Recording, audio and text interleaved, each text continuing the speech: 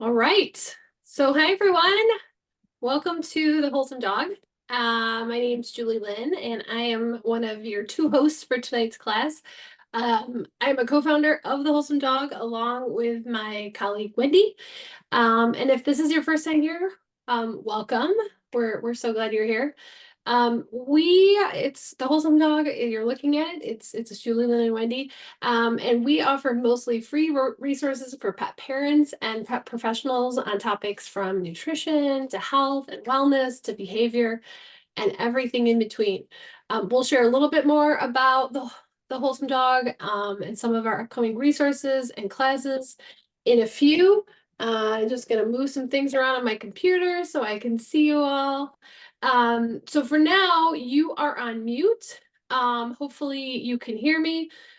You are welcome to, if you haven't seen it, there is a chat feature, and we would love for you to put your questions in the chat if you have them. So tonight's class, we are going to review 10 relatively easy steps that you can do at home to creating a healthier dog. And we're really excited that you're joining us for this because this is actually a lead into a few other things that we're working on. So thank you for being here. We will have Q&A throughout. Like I said, please use the chat for now. And we will encourage you to take yourself off mute, and we're going to ask some questions and encourage you to contribute. We are recording tonight's class, and we'll have it up on our YouTube, hopefully in the next few days. Wendy and I both juggle dogs. Some of us, well, one of us has kids, jobs, all of that other stuff. And so we will do it as soon as we can. But we also have some exciting news when it comes to content for February. So we'll talk more about that later. But in the meantime, let's get started. And yes, you've seen Wendy posted in the chat that you can go ahead and place your questions here. So without further ado, here we go.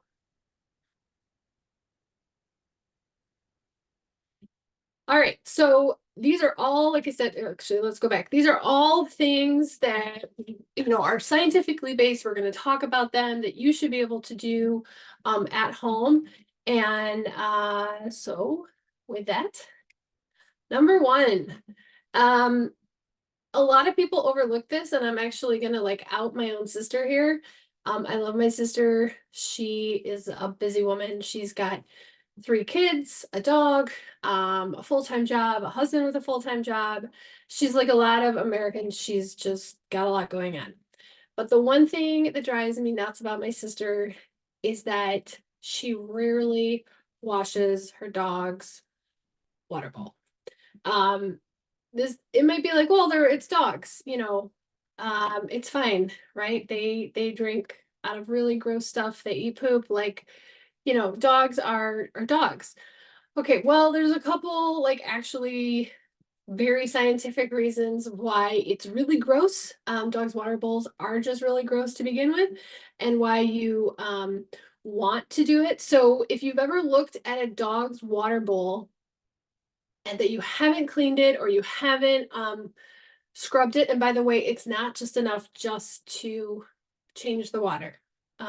If you're like my sister, hopefully you remember to fill it when it gets empty, but you got to do more than that. So if you've ever looked at a dog's bowl, or if you felt a dog's bowl and you pick it up and you empty it and you go to refill it, you might notice that the inside of the bowl can be slimy. This slime actually has a name. It's called biofilm. So biofilm is actually a collection of organic and inorganic materials, including bacteria that adheres to the surfaces in a moist environment like a water bowl. Biofilm can't just be rinsed out. So it really has to be either wiped with a rag or scrubbed. I have one of those stainless steel scrubbies. And so every morning when I come down the stairs with my dog, I pick her water dish up. I dump the water, previous days of water out.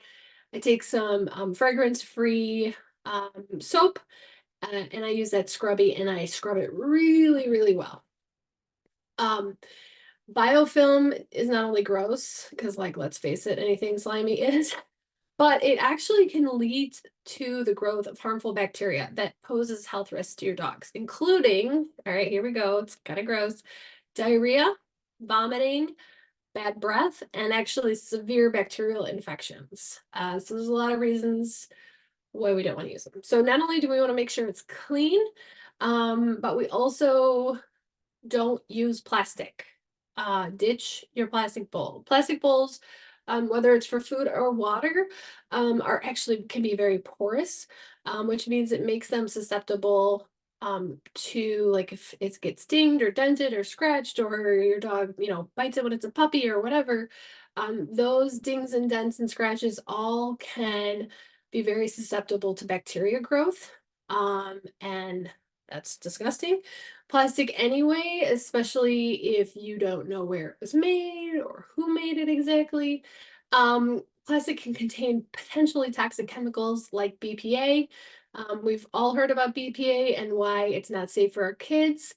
Newsflash, if it's not safe for you, it's probably most likely not safe for your dog. And it's not just enough to just fill it up with tap water. So, I live a little bit outside of the city. I have well water. Well, well water is good, right? It's good enough for me. Well, yes and no.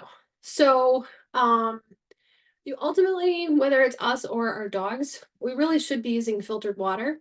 Like tap and well water both can contain toxins that really can negatively affect you and your dog's health. So, um, always a good idea whenever possible to filter your water, whether that's like a pitcher filter, like a Brita or something, or it's become a lot easier to install like a whole house filter down on your water filter, whether it's in your basement or whatever. And that way you're ensuring that any tap in your house, whether it's a shower or a sink or whatever, is having filtered water. So for dogs, though, it's actually very, very important. Um, any questions about the bowl? So yeah, if you actually, one of the easiest, cheapest ways of um a bowl for a dog are like old Pyrex bowls. Pyrex, that glass, if you've lived through the 80s and the 90s, you know Pyrex is. These can be found really cheaply at, like Goodwill or garage sales or whatever. And just straight up Pyrex is a great way. Lisa asks, is bicarbonate soda suitable for cleaning dog bowls? Lisa, that's a good question. I don't I don't I don't know. Um, I would say you could probably Google that. I will say that you do want to use soap. You never want to use bleach to clean anything that your dog is going to be a part of. Bleach in itself is like toxic. Um, so I generally, my rule of thumb is a eco-friendly, fragrance-free, chemical-free soap. That's what I use, like a dish soap. So if it's good enough for me, it's good enough for my dog. But that's a great question. So if you find out an answer, I would love to know. And Wendy did put a link in the chat. Dogfood.guide/BPA has all sorts of information in there about why you don't want to use any kind of plastic, including toys, with your dogs. Or if you're using plastic, you want it to be like a dog and child safe plastic, to make sure it doesn't contain BPA. So great question, Lisa. Thank you for that. All right. Next up, so that's number one. Number two is, and if you've ever taken any other classes with us, you saw this coming. But this is probably the biggest one. So adding fresh, real food. So if you feed kibble currently, you are not alone. Most pet parents do feed kibble. There's a lot of reasons why we feed kibble, cost being one of them, convenience being another. Also, the pet food industry has done a really good job of convincing us over the last 100 years why kibble is like supposedly so great. I I throw major side eye and kind of darkly giggle every time I see the Blue Buffalo versus Purina commercial that comes on right now. If you watch network TV, you know what I mean. Kibble, with a small asterisk, because there are a few that are really good. Kibble is an ultra processed food.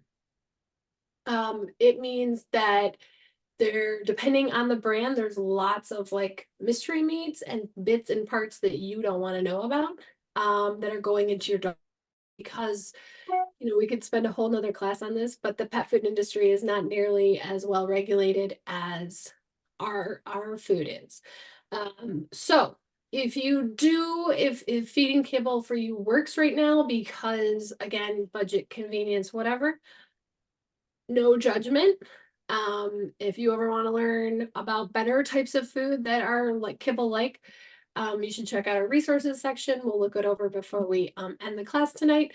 But the other important thing to know about kibble is that it is extraordinarily high in carbohydrates. Dogs share 98% of their DNA with wolves. You never, nor did humans ever, see wolves grazing out in a cornfield or a wheat field unless they were chasing something that was running through said field. Um, Wolves and dogs don't need carbohydrates, period. Humans actually require carbohydrates for our dietary and nutritional needs. As a nutritionist, and I will just remind you that both Wendy and myself are certified professional canine nutritionists, we can confidently and assuredly tell you dogs do not need carbs. Do not.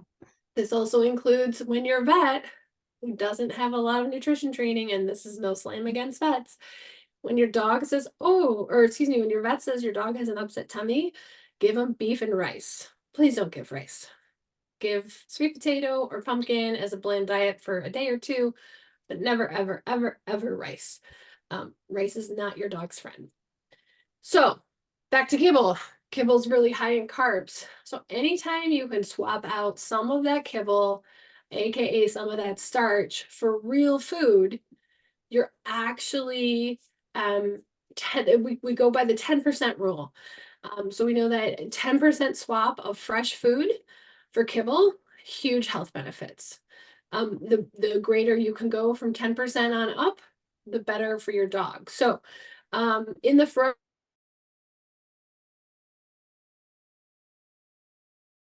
longevity treats. So these are certain whole foods, like that beautiful picture on the left there, on this screen. So whole foods include that have like real benefits for our dogs and cats.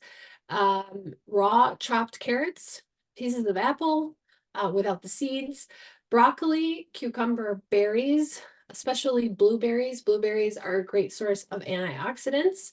Um, Apricots, pears, peas, pineapple, plums, peaches, raw pumpkin seeds. You don't want to give roasted and salted pumpkin seeds, mushrooms, hard-boiled eggs, zucchini, Brussels sprouts, celery, coconut, pomegranate seeds. And then what your dog really wants out of all this list here are the cubed meats or organs. We'll talk a little bit more about those, but I will also say, as a nutritionist, if you're giving veggies or fruits, you want to stay away from the starchier veggies. So a lot of people love to give their dogs carrots or peas or green beans.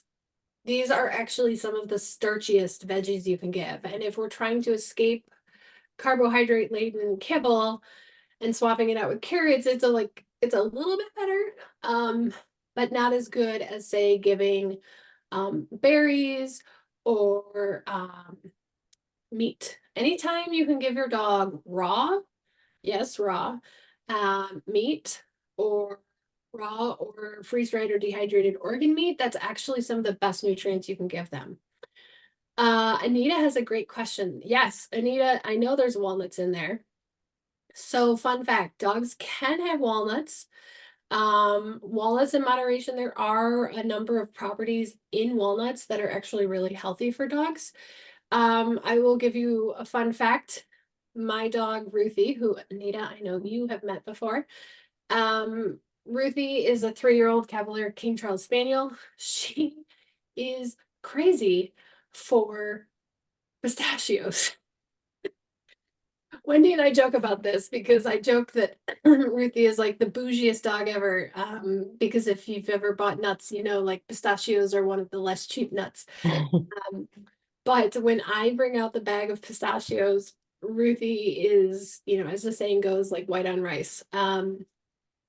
And there are lots of good properties in nuts. Really, the only nut you don't want to give a dog is macadamia nuts. I'm Those just are, writing down. yeah, those are even more expensive than walnuts or pistachios. And most of us don't live anywhere near Hawaii. So stay away, keep the macadamia nuts to yourself. But walnuts, pistachios, cashews, even peanuts are okay in moderation for dogs. There's a lot of good stuff in this picture, which is why I picked it. You're right, and Wendy pointed out in the chat. So you will, if you do give nuts, you will not you will see them later, by meaning that they will not fully break down and digest. So you will see nuts in your dog's stool. That's okay. They're still getting some of those nutritional benefits from it. So not to stress. Um, Cucumbers are great. So let me just out of this list here, let me like just as a nutritionist pick out some of my favorite, and Wendy, feel free to weigh in. So some of my favorites are broccoli. Now with any veggie or fruit, the thing about dogs is dogs lack an enzyme called amylase. Amylase is something that you and I have, and dogs do not. So essentially, what that means is that um, for fresh vegetables and fruits, dogs, this enzyme amylase allows the body to fully break down and absorb all of the nutrients and vitamins and minerals in those things. Without amylase, dogs can't fully do that. So the way you can kind of bypass that for dogs and cats is to gently cook, steam, puree, juice, and then they will absolutely get the full nutrient breakdown. Yep, Lisa, you're already on top of it. Yep. So they should be slightly cooked, but you know, if you're standing in the kitchen, you're chopping up some salad for yourself, go ahead, give your like I love cucumbers. I love to give cucumbers. Broccoli's great. Berries are great. We've already talked about pineapple is really, really good. There's papaya is also very good. There's a nutrient, or there's a amino acid in pineapple called bromelain. Bromelain is actually really, really helpful for digestion and immune support. Papaya contains an amino acid that I might not pronounce correctly, so Wendy, you might have to correct me. Uh, Papain? yep. Well, Yeah. yep. No? Okay. That's the way I would say it too, and I'm Okay. not saying it right either. I just know it's good stuff. Right, and that is actually really helpful for digestion. Um, so some of those more exotic, expensive tropical fruits are actually really good for our dogs. Raw pumpkin seeds can actually be used as a natural dewormer. Warmer. We'll talk about flea and tick meds and stuff like that. Um, Mushrooms, there's a whole nother slide about mushrooms, so stay tuned. Brussels sprouts, and what's the other one that's really so there's a category of vegetables called cruciferous vegetables. These are things like broccoli, cauliflower, cabbage, Brussels sprouts. So cruciferous vegetables are very good for the thyroid. They're really good for in gut health, but because they tend to be like harder, kind of like the name cruciferous implies, you really want to make sure that you're somehow cooking or breaking down, like juicing, whatever, those for dogs to get the maximum benefit. Now, if you're just giving them to like have one, that's okay too. So no sweat. Lisa asked how much is too much How much is too veggies with a good quality kibble? For example, if I'm giving a half a cup kibble, how much veggies is the maximum amount? So Lisa, do you have a small dog? You can take yourself off mute if you want to, if it's easier. I have a 22-pound dog. Okay. How old? She's about 7.5. Okay, so she's kind of middle-aged, almost senior. Is her gut pretty good? It used to be kind of sketchy. She used to do quite a bit of puking. Yeah. But I actually changed her kibble to a different brand, and that seemed to help it. Good. But she is super sensitive to certain kind of dog treats and things like that. Yeah. So that tells me, Lisa, just based on the limited information you gave me, that you would definitely want to make sure like you're definitely providing either juiced or slightly cooked veggies. If you're giving half a cup kibble and we're giving veggies that aren't too starchy, so like not a lot of carrots or green beans or peas, I think probably like a quarter of a cup or less would be fine. Honestly though, if it were me, like veggies are great. There's two things you can do. One, I would much rather see you swap out some of that kibble with some meat, just like really good high quality meat, whether it's, beef, turkey, chicken, whatever works for her stomach. And I would also recommend a really great product called either Bailey's Blend or Just Greens by Green Juju. What they've done is, and I bet Wendy will find us a link for those, That's what I'm but working on. what they will do is they actually take mostly green veggies, they juice or puree them, and then they actually put them in a really clean, healthy bone broth. So that's a great kibble topper and a great way to kind of sneak those veggies in because all your dog really cares about is that they're getting meat via the bone broth, right? But it's a great way to hydrate that kibble. It's a great way to add those veggies. And 9 out of 10 dogs absolutely lose their mind for All something. right, thank you. Yeah, absolutely. I was gonna say another note about hydrating kibble, but we've got another that's actually my next slide. Any other questions about like real food, veggies? I'll say one other thing, which is treats. So Lisa mentioned treats. Not all treats are created equal. Please, if you have a bag of like pepperoni or bacon strips, like throw them out. Just please throw them out right now because they are like nutritional trash. What I love to give for treats, so we have a whole resource section on our website where we highlight some of our favorite brands from a nutritional perspective. But single ingredient treats are a great way to support dogs with sensitive stomachs. It's a great way to support picky animals and senior animals. Actually, if I was debating whether or not to do a whole slide. My favorite single ingredient treat to give a dog is just freeze dried or dehydrated heart muscle. Heart is so good for dogs. It's good for puppies. It's good for seniors. It's really good if you have a dog whose breed is prone to heart disease, like boxers, cavaliers. There's a whole bunch of other ones, but so heart in general. Lisa's question is like, what kind of heart? So that depends on your dog. Different dogs do well with different proteins. It's also a great way, like if your dog's food contains mostly one of like just beef, then I would encourage you to like find protein variety. And if you're going to give heart, give like pork heart or chicken heart if they can tolerate chicken. If there's one proteins that dogs struggle with, it's chicken.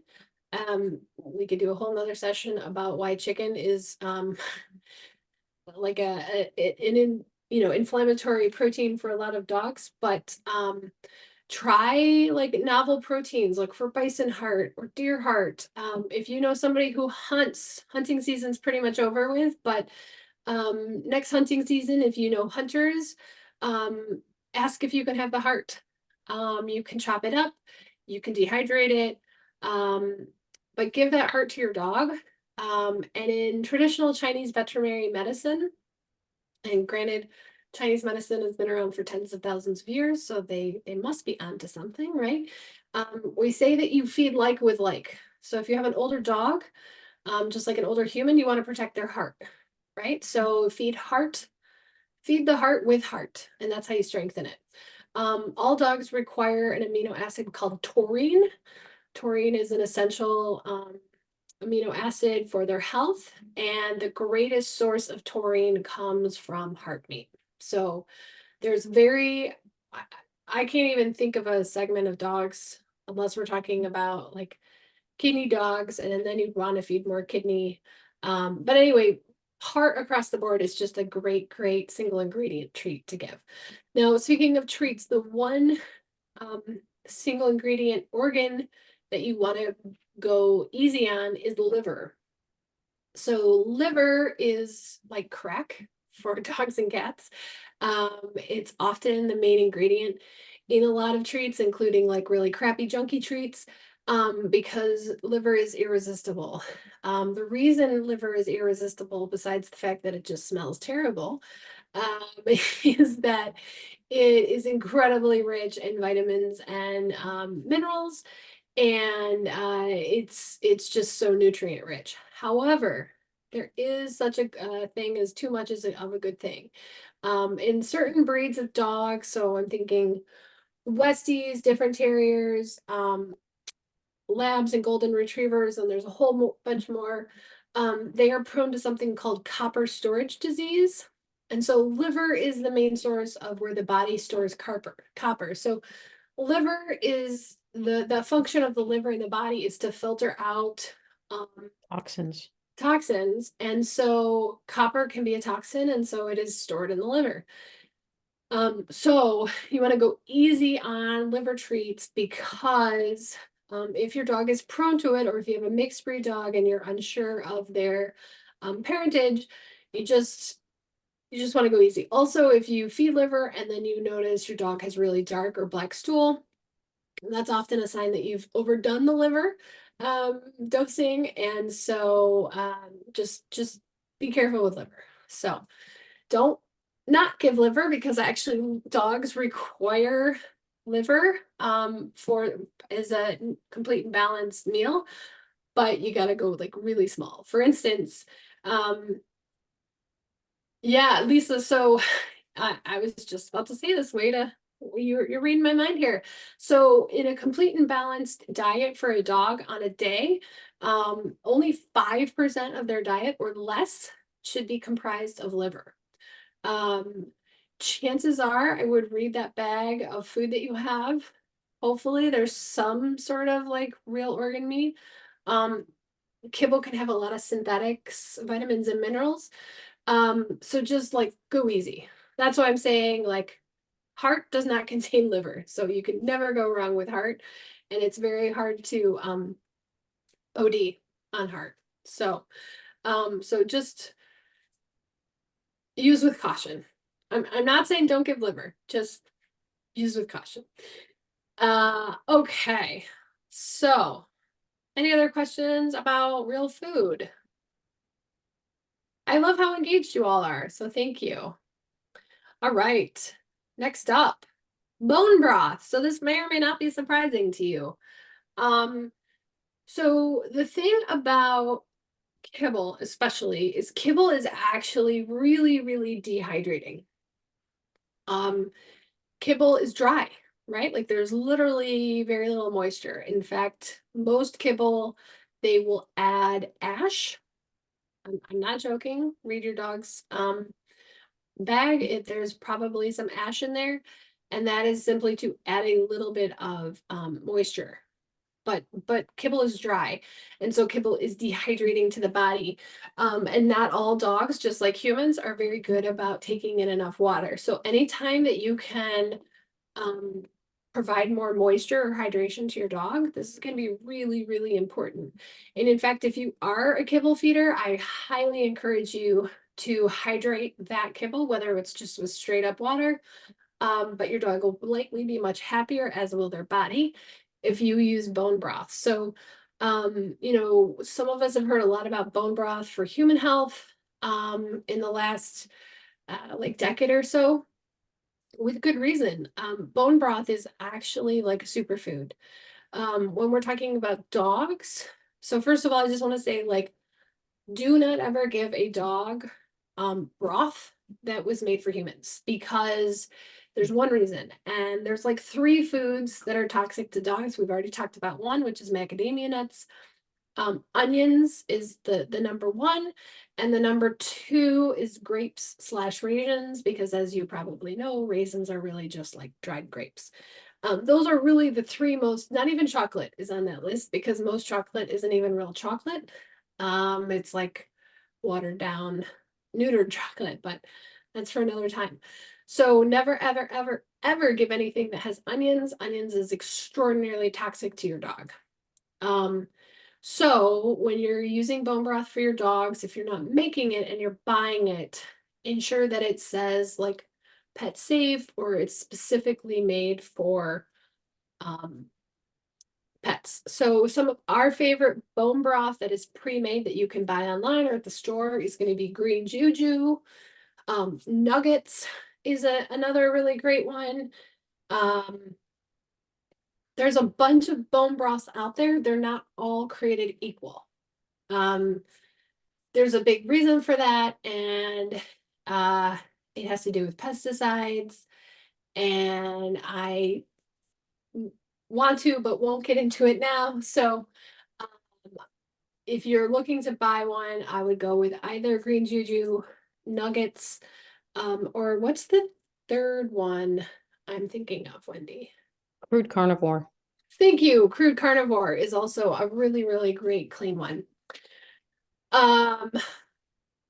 So Lisa says, if your dog reacts to a protein, should you avoid that protein in bone broth?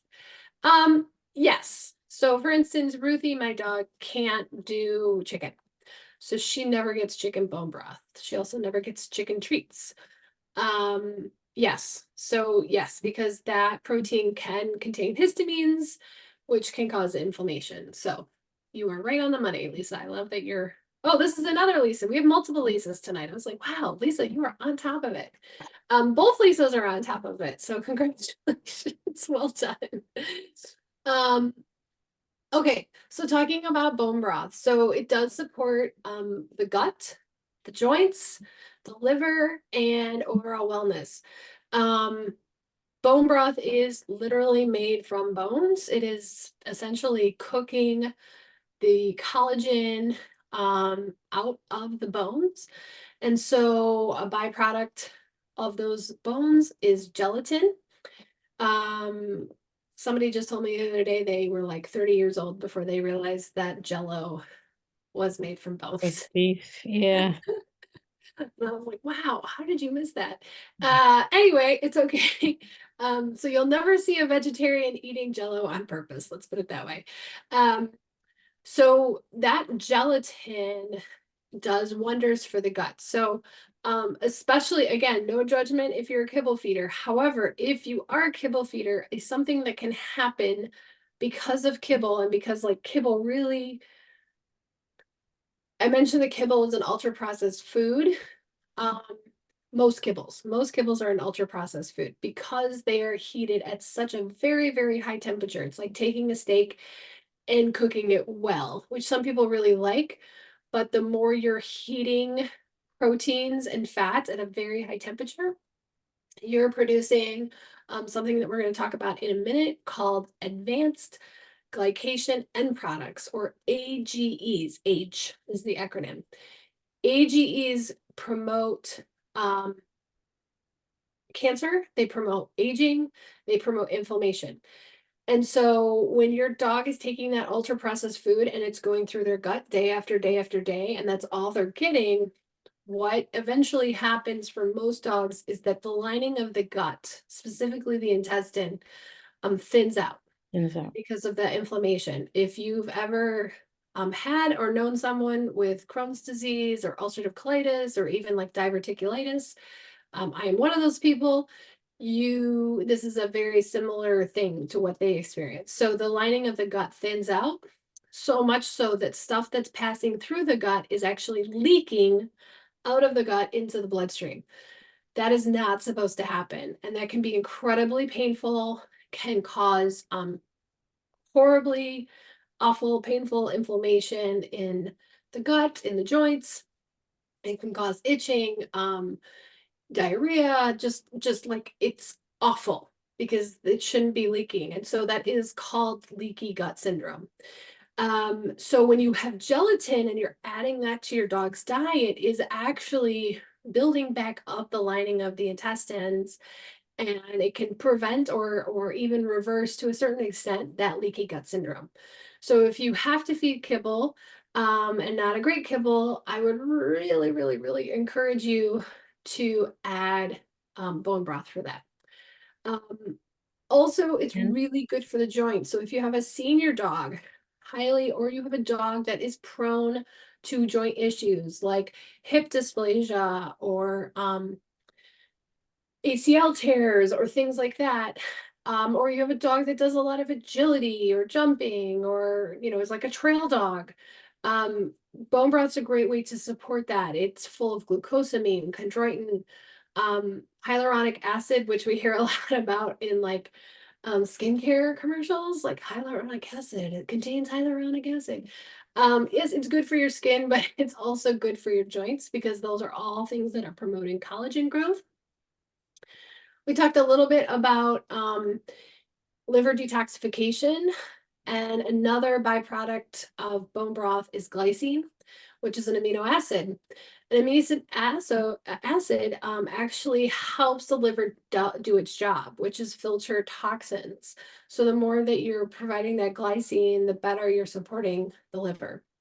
It's also, think of bone broth kind of like Gatorade or Pedialyte for dogs. So if they have an upset tummy, we still need to make sure they're staying hydrated. We don't want our dogs getting dehydrated. We certainly don't want to see our dogs miserable, and nobody wants multi-$100 vet bill because our dogs had to go be put on IVs. So bone broth is an easy way to not kind of rock the boat too much with their gut, but still get them hydrated. Okay, so we had a bunch of questions. Let's see. Lisa, one of the Lisas asks, Hill's Science Diet Kibble. Not a fan. If you read the ingredient panel of Hill's, Royal Canin, Purina, Blue Buffalo, there's so many. And first of all, you don't know what those things are, like chicken meal. Meal is not a part of a chicken, right? That's like that is like mystery meat for dogs. And mystery meat, you don't want to know where it's coming from, and you don't know what it may or may not be tainted with.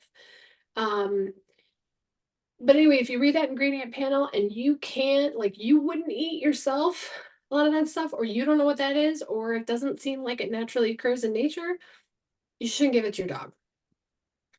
We'll talk about some resources for kibbles that are cleaner and healthier. But since you asked, Lisa, I'm not a fan. That's okay. You're here to learn and do better. No shame, no judgment. We're going to help you find something that works for you. The other Lisa asks, if bone broth can cause inflammation, how can it help repair the gut? So when should you avoid it? So confusing. Yes, that's a great question, Lisa, and I apologize. So it's not that it can cause inflammation, it's the protein. So say, like I said, my dog Ruthie, she can't do chicken. If I were to give her chicken bone broth, because she reacts negatively, right? Chicken causes her issues. It's the chicken in the bone broth that would cause her issues. So if your dog can handle beef or pork or turkey, go with one of those bone broths. That is actually how you help your dog. In terms of when should you avoid bone broth, there's really not a time when you should avoid bone broth. It's such a great supplement to give. If you have an instant pot, it's really easy to make at home. You could make it at home on the stovetop. It takes about 48 hours and it can get stinky. And I will be honest with you, if you don't have onions in bone broth, it's just not nearly as pleasant smelling. And of course, we don't want onions in a dog bone broth. Okay, so another question was, Annie, I've held off broth recently. I have an MCT dog and was worried about the histamine. Annie, would you mind unmuting yourself and tell me what you mean Sure. by MCT? Oh, mast cell cancer, mast cell Oh, tumor. yes. Okay.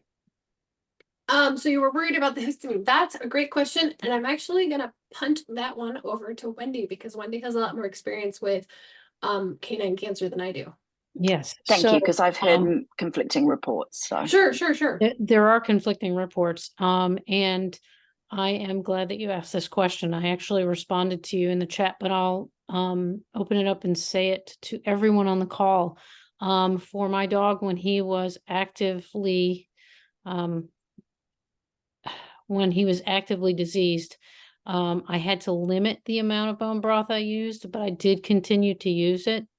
I made sure that I made my bone broth, so I knew exactly what was in the product, and I did not use chicken. And the reason why we did not use chicken is because there are so many toxins that are injected into chickens, so many growth hormones, so many antibiotics to get them to grow as quickly as possible so that they can go into production as quickly as possible. And so we opted for a beef bone broth. I used it on days when my dog had no appetite, because it does have all the building blocks that are necessary to make sure that he's getting all the proteins and the collagens and things like that. I also used it post-surgically, because most people start feeding their dog within a day. But because my dog had a cancer diagnosis, I went ahead and we started him on bone broth and use of that for the first 48 hours, just to make sure that he was getting the proper nutrients without getting any extra stuff. I'll just say that I do feed my dogs a raw diet. When my dog was actively a cancer patient, I did all of my own food. I did all of my own grinding, and I did all grass-fed, grass-finished beef, so that I could protect him as best as possible. And the reason why we chose beef or bison is because they naturally grow, and you don't find that grass-fed, grass-finished beef is ever given high amounts of antibiotics or growth hormones, because in general, those animals are large animals and produce a lot of meat without providing any type of extra hormone additions to their diet. And that's why we don't do any chicken at all. I hope that answered your question. cool. Yes, thank you. That was a really helpful perspective. Thanks. You're very welcome. And just to put it out there, and I don't mean to interrupt Julielyn. No, you were going to say what I was going to say. Yeah, in the next month, in February, we're doing an entire month of cancer professionals that will be speaking on different parts of cancer diagnosis and treatment. One of them is Dr. Trina Hazza. Dr. Hazza is a nationally known, she's one of 4 oncologists. She treats for oncology, but she also uses alternative medicine treatments. And so she'll be able to answer all those questions that you may have too. So if you do nothing else next month with us, make sure that you get on the 13th of February, because she's going to be here just basically answering questions for people. And before we close tonight, I'll show everyone the resources that I've promised, as well as where you can find our upcoming classes. And all of our classes next month are part of the Canine Cancer Awareness Series, and they are all free. So if you know other folks, or if you're part of a Facebook group or whatever, for dogs with cancer, like, please tell people. We'd love to have them join us. Because we know how hard it is to find resources and community with other people who are going through what we've been through. So spread the word. Okay. Anita had another question about nuts. She says, what about pecans? So pecans are okay too. Really, the only nut you need to worry about is macadamia nuts. I promise that's it. And if you remember nothing else, onions, grapes and raisins, macadamia nuts, you should be fine. Fun fact, this one like blows people's mind every time. Garlic is actually not only just safe for dogs, it's actually really good for dogs. There's an old wives' tale that says like garlic is toxic for dogs. Well, basically, you'd have to give the equivalent of I don't know how many heads of garlics to make a dog sick from it. But the rule of thumb in nutrition for dogs is if it's good for us, with the exception of those three that I just mentioned, it's good for our dogs. Garlic has a lot of antimicrobial properties. It has a lot of anti-inflammatory properties. It's good for dogs and it's good for us. So, FYI. All right, moving on. Mushrooms. I can't tell you enough how good mushrooms are. And Annie, my guess is you already know about turkey tail mushroom. And if you don't, somebody has been hiding something from you. Oh, I But sure do. okay, good. Okay, good. I just want to put it this way. I have never liked mushrooms. Like Wendy has heard me say this ad nauseum, and so I'm sorry for you, Wendy. I just can't bring myself. It's something about like the woody, earthy taste, texture. I can't do mushrooms. However, since learning about how amazing mushrooms are for humans and for dogs, I now not only myself take a mushroom supplement every day and like sneak mushrooms into my own food wherever I can, but I also have my dog and my 70-something-year-old parents all on mushroom supplements because they are amazing. So number one, there's a really good documentary on Netflix or Amazon called Fantastic Fungi. If you get a chance, please watch it. It will blow your mind. Number two, Wendy's going to put a link along with a coupon code for $10 off your first order from CBD Dog Health. CBD Dog Health is where Wendy and I both get our mushroom supplements. And I'm going to let you know a little secret. Those mushroom supplements I take and my parents take all come from CBD Dog Health. The reason why is, yes, they are marketed towards dogs, but they're all human grade, very safe, good for you, supplements, and sometimes can be cheaper than the human versions. And not all mushrooms are created equal. That's true. So we're gonna give you this $10 coupon code. Cannot encourage you enough. Yes, I have my own bottle of the same thing that my dog takes. She has her bottle, I have my bottle. And there's nothing wrong with that. But mushrooms. Okay, so why do we love mushrooms? They are a natural source of gut nourishing prebiotics. So you probably have heard of probiotics. Fun fact, there are also prebiotics. So there's prebiotics, probiotics, and wait for it, postbiotics. Oh, wait, hold on. I have to interrupt the chat conversation. So Lisa T asked about giving bone broth in garlic. Wendy said she doesn't. I do. I always put a clove or two of garlic in my bone broth. That's just me. My dog loves my bone broth. So for whatever that's worth, there you go. We all have different opinions and we all do it differently. Okay, back to mushrooms. What makes them so amazing is that they contain these compounds called polyphenols and glutathione.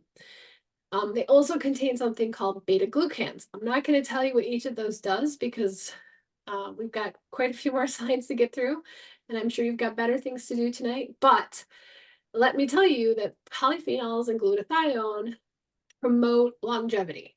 Okay. Beta glucans actually help reduce, control and reduce inflammation. And if you or your dog are prone to diabetes or have active diabetes, they are actually super helpful for maintaining healthy insulin levels. Two mushrooms I want to call in particular, So you heard me talk about turkey tail mushrooms. These are not mushrooms from Turkey. That's not a thing. They grow on trees or logs, and they look like the tail of a turkey. Turkey tail mushrooms are one of the single best cancer preventative and retardants, both in dogs and humans. So if you have a dog breed that is prone to cancer, I'm looking at golden retrievers, I'm looking at labs, Yeah. I'm looking at Scottish terriers. I'm Who else am I looking at? There's a bunch of German breeds that are, Shepherd dogs. what's that? German Shepherd dogs. Yes, German Shepherds, right.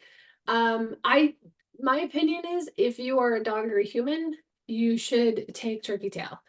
A lot of mushroom compounds will have turkey tail in it. That suffices. If you suspect active cancer, obviously see a doctor, but or for instance, my dad was in Vietnam, he was exposed to Agent Orange. Agent Orange is a carcinogen. He has had multiple cancerous spots from his body removed. He is on turkey tail, aside from just kind of like the other really good mushroom mixes. Lion's mane is another mushroom, and this has been shown to actually prevent and slow cognitive decline. So dogs can get dementia, so can humans. Lion's mane is a great natural supplement for both dogs and humans. Um, Wendy, I think you actually, for the 10% off, you're gonna have to get from logging into CBD Dog Health. Yes. So you might want to find that and put that in there. Unless, does that whole link work? This You is the sure that link it that does? this is the link that I utilized. I can test it while we're talking. I'm trying to catch up on all the links and all the stuff that you've been giving. No, So Wendy's, yes. See how see how we tag team this? I'm the front man and I'm Wendy's getting there, guys. I swear I'll get it to Wendy's you. I the promise. producer. So I'm we make almost it at work. mushrooms. You're okay. You're okay. Mushrooms are excellent. Cannot recommend. Oh, the link works, Anita says, Wendy. Yes. Okay, perfect. Thank you, Anita. Yeah, it worked earlier today, so I wanted to double check it when you said that. I wasn't sure if it worked or not. Okay. Okay, good. Um, Thank all you, right. Anita. So mushrooms, really good. Sneak it, even if you're like me and you can't like personally stand the taste of them, just sneak them in because you should and they're good for you. Okay, next up. This one is surprises people all the time. Okay, so we did talk about broccoli, but like there's something specific to broccoli sprouts. Um, there is a compound called sulforaphane. Say that 10 times fast. Sulforaphane does this really amazing thing in the body in that it slows the rate of cancer and cardiovascular biomarkers. So if you are prone to heart disease or, because of your life's like previous lifestyle, you are more prone to cardiovascular disease, start chowing down on broccoli sprouts. The sulforaphane, which is highest in sprouts and then also the stem of the broccoli, but really the sprouts have the highest concentrations. They reduce inflammation markers. They significantly remove toxins from the body, including harmful heavy metals, mycotoxins. Mycotoxins are compounds in nature that are like molds and things like that that can be very, very make us very sick. In like super, super severe cases, cause death. And then we've talked about AGEs, right? So that's when you combine heat and fat and protein. Altogether, you get these AGEs or advanced glycation end products. There will not be a test later, I promise. And I apologize if we're overwhelming you. Just trying to give you an explanation for why these are good. In dogs, AGEs can cause premature aging and inflammation, like that leaky gut that we talked about. So one of the easiest thing you can do is grow at home, and it for honestly like 20 bucks, including the seeds. You can get a kit on Amazon to grow your own sprouts. You always want to use organic seeds. But adding these little tiny things, and I know we said we gotta like cook our veggies and stuff like that for dogs. Sprouts are different because they're just like itty bitty babies. Just throw those sprouts on your dog's food. I don't know. One thing, since we talked a lot about bone broth, I don't put sprouts in bone broth because the heat, the high temperatures will just cook the hell out of them. So just put the raw sprouts on your dog's food. Sneak them in their food, whatever. You could like, for those of you who could feed kibble, you could put the kibble down, put the sprouts down, and then cover it in either goat milk, which we won't talk about today, or bone broth.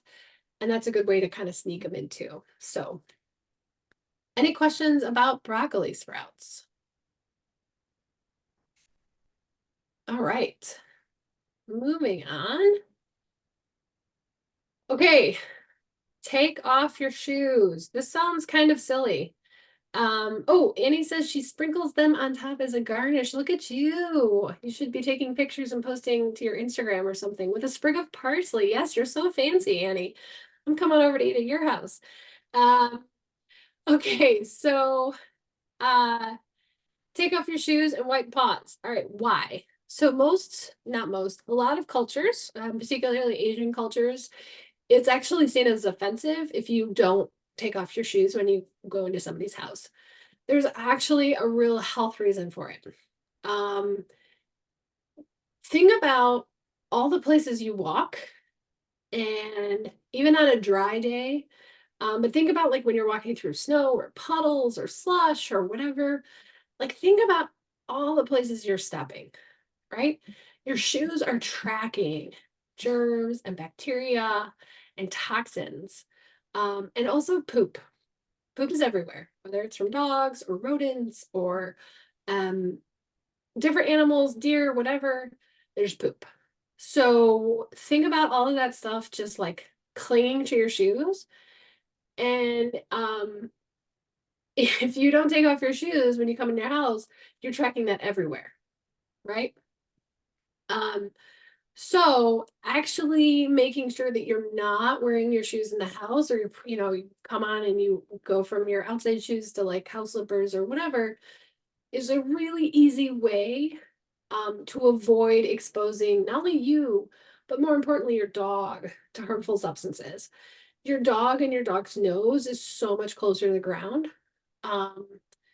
And so those germs are going everywhere. And if your dog is laying on the ground or licking the ground or the carpet or whatever, also the more you cannot use carpet in your house. So if you're going to be remodeling anytime soon, consider not using carpet. The other, you can take it a step further and you can wipe your dog's paws, just like a basic clean rag that hasn't been used for other things, with just some water. Is a really easy way to just like help wipe off a lot of those germs. And then think about this time of year, if you live in a region where there's a lot of snow or ice or whatever, and then that road salt is getting on there, ugh, it's just, I'm not a germaphobe, but sometimes when I study and learn about this stuff, it kind of makes me want to become one. So, all right. Oh, you guys, if there is something since becoming a dog nutrition and health nerd that like just I just have like a visceral reaction to, it's when I smell somebody's laundry. So you shouldn't be able to smell laundry, right? Clean laundry should not smell like anything. Please, please, please. These volatile organic compounds, or VOCs, are incredibly toxic. They are being studied as a carcinogen. I love scented candles as much as the next girl, but scented candles are actually not only bad for us, they can cause asthma in dogs, they can cause skin reactions, headaches. I don't know how easy it is to know if your dog has a headache. Think about it, because we can't communicate like we can with each other, with our dogs and cats. How do you know if your dog is suffering, right? So I can tell you, if you're using any of these things, cologne, carpet adhesive, like carpet, basically, cosmetics, laundry detergents, fabric softeners, air fresheners, plug-ins, scented candles, pesticides, tobacco, and a lot of cleaning products. Like if it smells clean, like when something's like, oh, it has a fresh scent, that is not a thing, right? Like just don't. I also hate walking in the neighborhood and like smelling other people's laundry because it's, coming out their laundry vent, their dryer vent, and it smells like, lemony fresh or whatever. Tide, all of those cleaning laundry products that talk about like, oh, fresh scent this and like, spring blossoms, that is not a thing. Your laundry should not smell like anything. It shouldn't smell dirty, and clean laundry smells like nothing. So that Anita says it's also her, yes, it's a soapbox. So if you don't do it for yourself, do it for your dog. Now, if you do like nice scents, essential oils, most essential oils are safe for dogs and cats. You can Google pet safe essential oils. In some case, they can be very therapeutic for dogs and cats, but only essential oils. So, okay. Sorry, I'm getting Think- off my soapbox now. Yes, Wendy. I think an easy way for anyone to test to see if their products are overwhelming scents is to take them, whatever it is that you're considering utilizing, and place it in your car overnight, and then go out the next morning and open up your car door. It's amazing how concentrated that smell becomes in order for you to be able to smell it. Oops. It's a very good way to judge what's good and what's not. Yeah, and consider that a dog's nose is 100 times, at least 100 times more sensitive than ours. Right? So if you've ever gotten a cab or a Lyft or an Uber and they have that like car air freshener hanging off, the mirror or whatever, like if it is overwhelming to you, magnify that times 100 times 100. And that's what it is for your dog, right? And again, if you're washing their bed with it, if you're, whatever, like it's just like just don't do it. So yeah, plugins are terrible. This stuff has literally been known to cause asthma in our pets. Like it's just don't. Just don't. Okay. Off soapbox. But speaking of sniffing, go on a sniffari. Okay, so a sniffari is so good for your dog. It's actually really good for you. So yes, there are times when you want to take your dog on a walk, and that is for exercise. But a sniffari is actually the opposite. So sniffari is really more meandering, and it's in a safe manner. It is letting your dog control where you're going, and it is giving them the opportunity to smell everything. Again, keep them on a leash, but if they want to sniff every little leaf and branch, like let them. That is how really, they use their nose more so than any other sense that they have. So sniffar is really a scent-based exploration of the world. It's also, contrary to popular belief, one of the best ways to tire a dog out. Anytime you can make your dog use their nose and their brain, it's actually much more physically exhausting for them than running. So if you're one of those dogs who's very athletic and they just like, you can never seem to tire them out, take them on a really good sniffari. Even if you live in the city, there are opportunities, like safe opportunities, to go on sniffaris. I promise you, not only will it strengthen your relationship with your dog, it's actually it's a really good way of practicing mindfulness for yourself, right? Especially in like a crazy busy world. So definitely try a sniffari. Okay.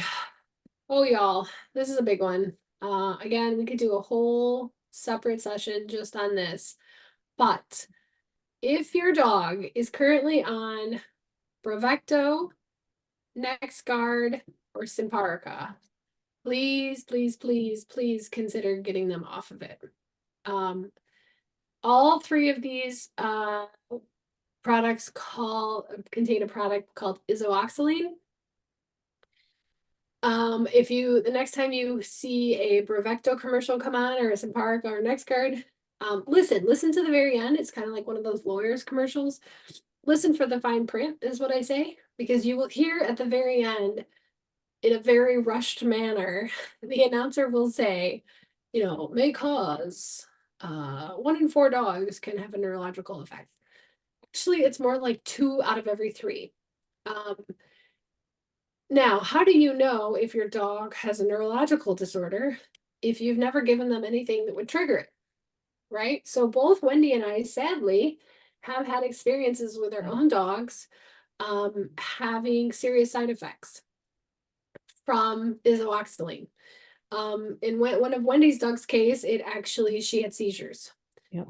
In my dog, the first time when she was like, I don't know, 7 or 8 month old puppy, because I used to live in Vermont, and Vermont is like tick central. My dog walked around for like 6 hours like she was drunk. And when I was able to put 2 and 2 together, I realized it was because of the fact that she had had her first and last Bravecto dose. Some countries are actually, outside of the US, are now banning their use because they have actually been shown in scientific studies on humans to cause mutation. So pregnant women have, their fetus have actually had cellular mutation as a result of dogs, these topical products or even the ingestible products being put on the dog. Isoxazoline is not a preventative. It is actually a pesticide, and we're asking our dogs to ingest this pesticide, and it's not actually preventing ticks and fleas from biting them. What it does is it kills the tick or the flea after they have bitten your dog. So your dog's still going to get bit. There's lots of good resources for what kind of what are clean and natural tick and flea products. But please, please, please do your research before you put your dog on them. Okay, we're almost done. I know it's been a little over an hour. Thanks for hanging in with us. Another big one. Newsflash. Dogs are over-vaccinated. Now, I am not saying this as an anti-vaxxer, which means something now than it did 5 years ago, as we all know. This is different. So why are dogs over-vaccinated? Well, vaccines are good money. If you're a vaccine manufacturer and you say, oh, your dog needs this every year or every 3 years, not really. And so titer testing is essentially a blood test that is done that shows what antibody, like what level of antibodies for that vaccine are still in your dog's body. Many vaccines have been shown through titer testing, to be active in the dog's body up to 8 years. So before you get your dogs revaccinated for rabies, so there's core vaccines and then there's kind of additional vaccines. I'm not here to tell you don't give your dogs vaccines. I'm here to say, like, do your research. Okay. Almost every state requires a vaccine, a rabies vaccine. Then you have the option of doing additional vaccines like leptospirosis, like Bordetella. Some are intranasal, like Bordetella. So it's just like a puff of the vaccine goes up the nose versus in the bloodstream. Vaccines can be really hard on the body. If you've ever gotten a flu shot and then felt like crap afterwards, you know what I mean. Please, if you're going to give your dogs vaccines, let them only have one at a time. Yes, this might mean that you have to pay for an extra, tech visit at the vet, but every time you put a vaccine into your dog, especially a really young or a really old dog, that is really, really hard on their system. If you're going to give a vaccine, detox your dog. Milk thistle is a naturally occurring plant. It has been shown to have a lot of natural detoxification or liver supporting properties. This is something that you can buy over the counter at a health food store or online. Give it to your dog for a week after vaccination, and that will actually make it easier for them to process that vaccine. And then have a conversation with your vet. Or if your vet pushes vaccines, have a conversation, reach out to Wendy and I, and we can talk through. Again, we're not anti-vax, we're pro being smart about what vaccines. I will tell you, my dog goes to daycare occasionally, and so she has to have a Bordetella vaccine. That is not considered a core vaccine. However, I have determined that the risk of an intranasal or an up the nose vaccine like Bordetella is minimal. I also don't give, neither Wendy and I give the canine influenza vaccine. So there's just, you have to decide if you live in a really warm, wooded area that tends to be wet, maybe you need to think about like leptospirosis vaccine. On the other hand, some dogs have really struggled with the lepto vaccine. So again, it really just needs to be like an informed, educated decision that you need to research and think about for your own dog. Okay, so couple of comments. I'm just catching up in the Christy provided several good resources for natural cleaners that are pet safe. Yes, Wendy also shared a link to a product called Bug Off, excuse me, that is a powder. I believe it's garlic based, right? Yep. That you can give your dog orally. Anita shared that she had her dog had several seizures, resulting ultimately in death from lepto. That's awful. Yeah, scary. Lisa said, titer testing. If your dog shows low antibodies, do you need to revaccinate, or is it sufficient regardless of any antibodies? Okay, so Lisa, that's a great question. So the titer testing will tell you and your vet what level of antibodies your dog has in their system. If it doesn't meet a certain threshold, then essentially your dog doesn't have enough antibodies to resist that disease. So that's when you would want to retiter. So here's a great example. When my dog turned 2, she was technically required to get her DAP, which it's a trio of vaccines. It's called distemper, adenovirus, and parvo. We titered for all 3, and she actually only needed she had healthy antibody levels of 2 out of 3, so she only needed 1 of those vaccines. Not all conventional or regular vets will titer test or even can offer like a singular vaccine if it's part of a 3. That is where you might want to try and find a holistic vet in your area, or talk to your vet, see if they will work with you. There's different options out there, but do get informed about titer testing, because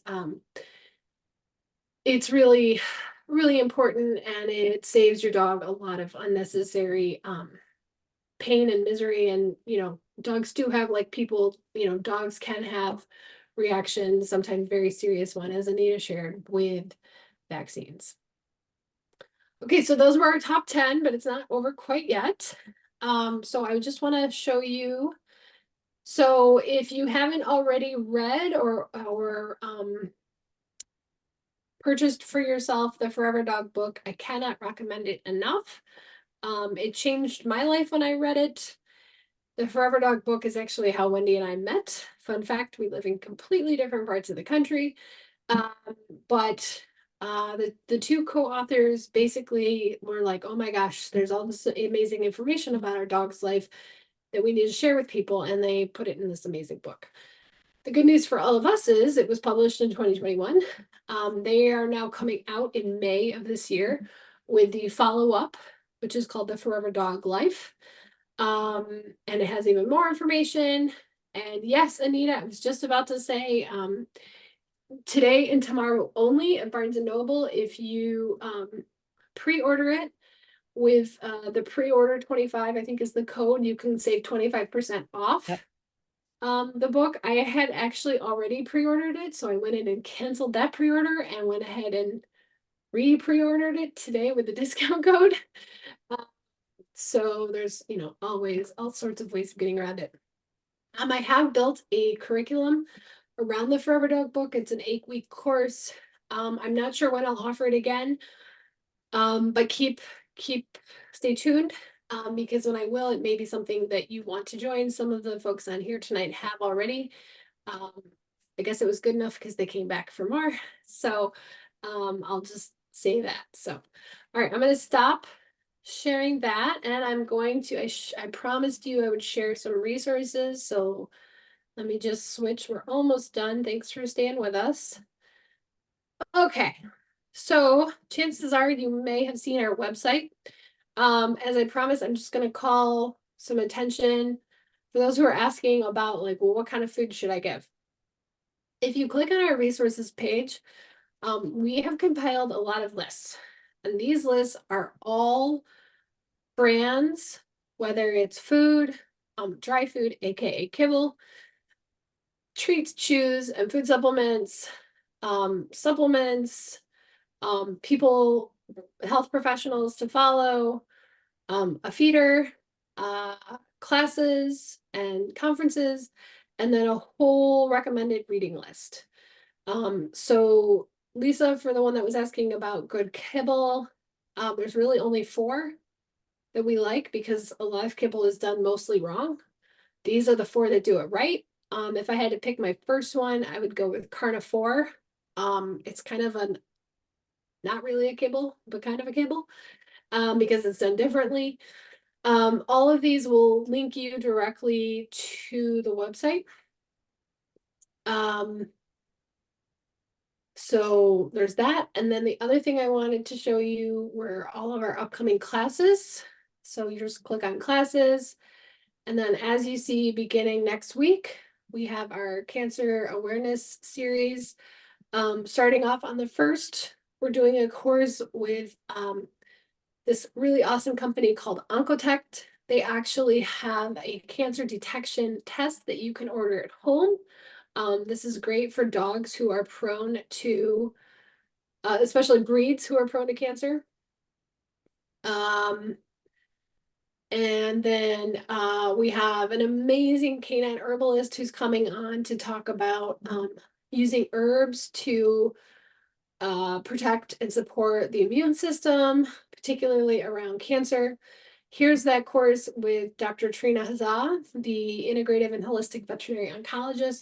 Like Wendy said, she's one of only 4 right now in the country. So the fact that she's spending some time with us is pretty amazing.